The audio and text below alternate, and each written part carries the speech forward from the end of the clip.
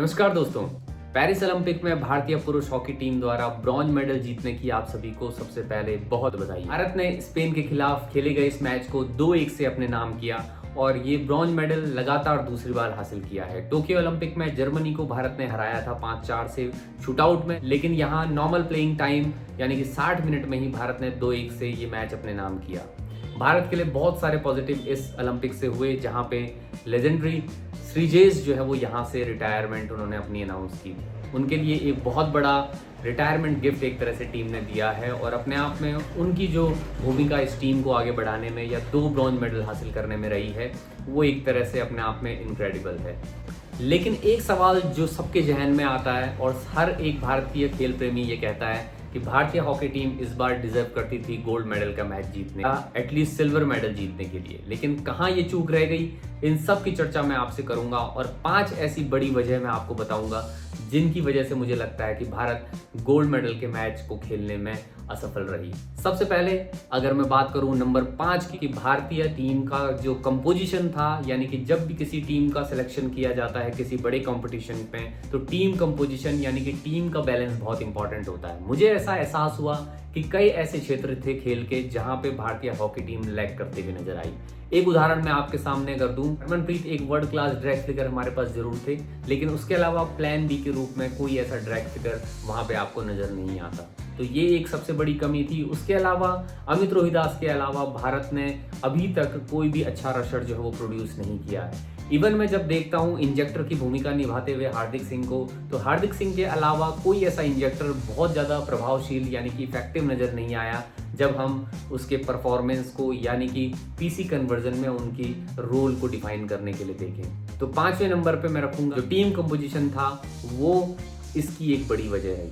उसके अलावा भारतीय टीम का गोल्ड मेडल मैच ना खेल पाने की बड़ी वजह लगातार भारतीय हॉकी प्लेयर्स द्वारा कार्ड कंसीड करना एक उनकी बुरी आदतों में से। आपने मेन डिफेंडर अमित रोहिदास के रेड कार्ड की वजह से सेमीफाइनल मैच 15 के स्क्वाड के साथ खेला और क्वार्टर फाइनल मैच पूरे लगभग 36 से 40 मिनट आपने सिर्फ 10 खिलाड़ियों के साथ खेला। तो इस तरह की गलतियों की वजह से भी आपका फाइनल में पहुंचना एक तरह से सपना ही रह गया। तो इन सब की बड़ी वजह आपका कार्ड कंसीड करने भी रहा। रेड कार्ड के अलावा लगातार खिलाड़ियों ने ग्रीन कार्ड लगभग हर मैच में लिए थे। शुरुआत के ग्रुप स्टेजेस में भारत ने अच्छी साइकोलॉजिकल टेम्परामेंट दिखाई थी, लेकिन आखिरी के जो नॉकआउट स्टेज में जहां पे नर्व्स को कंट्रोल करना बड़ा जरूरी होता है, वहां कहीं ना कहीं भारतीय टीम साइकोलॉजिकल स्टेट उनकी कहीं ना कहीं डिस्टर्ब नजर आई। 3rd नंबर पे मैं रखूंगा पीसी।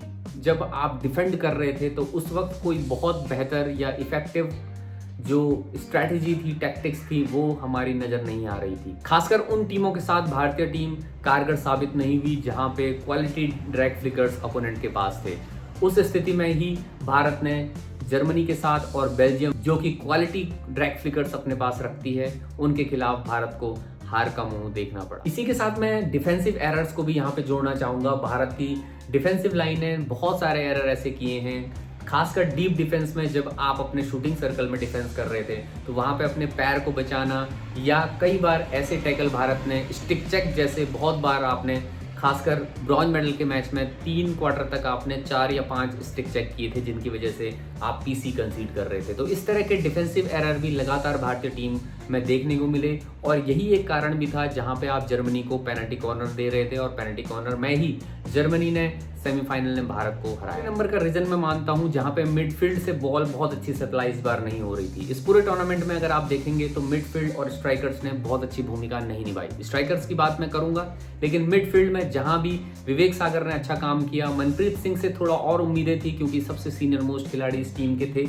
लेकिन कहीं ना कहीं मिडफील्ड से वो जो बॉल फीड करके दोनों विंग्स को चलाने का काम मिडफील्ड का होना था, वो कहीं ना कहीं देखने में नजर नहीं आया। और वही एक कारण था जहां पे हमने क्रूशियल स्टेजेस में बॉल को कंट्रोल करके मिडफील्ड से फीड करना बंद कर दिया था। तो वो फीडिंग जो होनी चाहिए थी मिडफील्ड से, वो भी कहीं ना कहीं इस पूरे टूर्नामेंट में मिसिंग थी। और आखिरी जो कि सबसे इंपॉर्टेंट रीजन मुझे लगता है, जो कि स्ट्राइकर्स का गोल्स को मिस करना, लगातार जो है वो सर्कल पेनिट्रेशन करने के बावजूद फील्ड गोल का कन्वर्जन भारत ने नहीं किया। ये एक बहुत बड़ी जो कारण मुझे लगता है कि इसी कारण भारत ने सेमीफाइनल में प्रवेश नहीं किया, क्योंकि कुछ ऐसी गलतियां भारतीय स्ट्राइकर के द्वारा की गई हैं। अभी मुझे एक भी नाम ऐसा याद नहीं आता जिनका ये टूर्नामेंट या ओलंपिक बहुत अच्छा हुआ हो। अगर मैं सुखजीत की बात करूं, अभिषेक की बात करूं, तो इन दोनों ने थोड़ा सा प्रभावित जरूर किया है एज ए यंगस्टर। लेकिन उसके अलावा ललित उपाध्याय या मनदीप सिंह भी इवन इस बार बहुत ज्यादा ऑफ नजर आए, जिस कारण हम सेमीफाइनल में प्रवेश करने से वंचित रह गए थे। इसी के साथ स्ट्राइकर्स की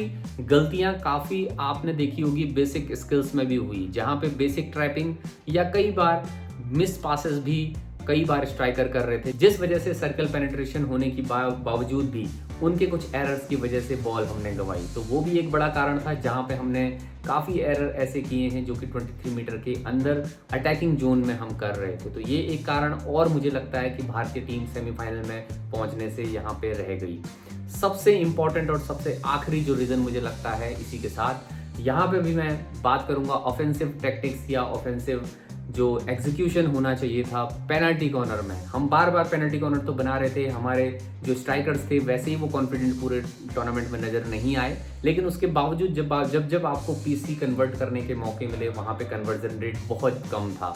लगभग 15% जो है वो हमारा इस बार कन्वर्जन रेट रहा है, जो कि बहुत ज़्यादा कम हो जाता है जब हम कंपैरिजन करते हैं फाइनलिस्ट टीम से, यानी कि जर्मनी और नीदरलैंड से। उनका कन्वर्जन रेट कम से कम 38, 40 या 45% होता है, लेकिन भारतीय टीम का कन्वर्जन रेट यहाँ पे सिर्फ 12 से 15% रहा। हरमनप्रीत सिंह ने हालांकि पूरे टूर्नामेंट में सबसे ज़्यादा स्कोर किए हैं भारत की तरफ से और शायद पूरे टूर्नामेंट में वो बेस्ट स्कोरर भी रहे हैं, लेकिन उसके बावजूद मुझे लगता है कि हरमनप्रीत सिंह को कहीं ना कहीं जितने पेनल्टी कॉर्नर मिले थे उनमें से कुछ ना कुछ पेनल्टी कॉर्नर में वेरिएशन करना चाहिए था। एज ए कैप्टन उनको ये डिसीजन जरूर लेना चाहिए था कि वो सारे पेनल्टी कॉर्नर खुद ना लें, बल्कि दूसरी टीम की साइकोलॉजी को चेक करने के लिए या उनके मन में कुछ सवाल डालने के लिए एटलीस्ट उनको वेरिएशन यूज करने चाहिए थे। क्योंकि अगर आपको याद होगा ब्रॉन्ज मेडल के मैच में भी भारत की तरफ से सुखजीत ने वेरिएशन में ही गोल किया था। हालांकि भारत के पास बहुत अच्छे ड्रैग पिकर नहीं थे, लेकिन कहीं ना कहीं इस तरह के स्टेजेस पे आपको वेरिएशन करके ही आप कहीं ना कहीं आपने सक्सेस रेट को बढ़ा सकते हो, क्योंकि अपोनेंट हमेशा आपको रीड करके आता है और डिफेंसिव स्ट्रेटजी बना के आता है। तो हरमनप्रीत सिंह सब जानते थे कि हरमनप्रीत सिंह ही ड्रैग पिक लेंगे या पेनल्टी कॉर्नर लेंगे, तो उस स्थिति में हरमनप्रीत सिंह का खुद का सेल्फ डिसीजन या कोचिंग स्टाफ की भी ये कमी रही, जहां पे लगातार हरमनप्रीत सिंह लगभग 40 में से लगभग 40 जो पेनल्टी कॉर्नर हैं वो सिर्फ अकेले हरमनप्रीत सिंह ने लिए हैं, और उसमें से जो कन्वर्जन रेट रहा है आप समझ सकते हैं 5 या 6 गोल्स का रहा है। तो ये एक बड़ी कमी, सबसे बड़ी कमी के रूप में मैं देखता हूँ, जहाँ पे पेनल्टी कॉर्नर और फील्ड गोल कन्वर्जन जो है वो आपका रेट बेहतर नहीं रहा, इस वजह से आप सेमीफाइनल में पहुँचने से रह गए। तो फिलहाल आप सेलिब्रेट करिए भारत की इस ब्रॉन्ज मेडल की जीत को, लेकिन आने वाले समय में भारत को इन सब चीज़ों पे जो रीजंस मैंने स्पेसिफाई करे हैं, या हो सकता है कि और भी रीजन कोई रहे हों जो मुझसे छूट गए हों, वो आप जरूर कमेंट बॉक्स में हमें लिख सकते हैं। लेकिन ये एनालिसिस मेरा रहा इस पूरे टूर्नामेंट का, जिसमें मुझे ये 5 बड़े रीजन ऐसे लगे जिनकी वजह से भारतीय टीम इस बार गोल्ड मेडल का मैच नहीं जीत पाई है। आने वाले समय में उम्मीद यही है कि भारत अगले ओलंपिक में गोल्ड मेडल लेके आएगी। तो इसी आशा के साथ एक बार फिर आप सभी को बहुत बहुत धन्यवाद।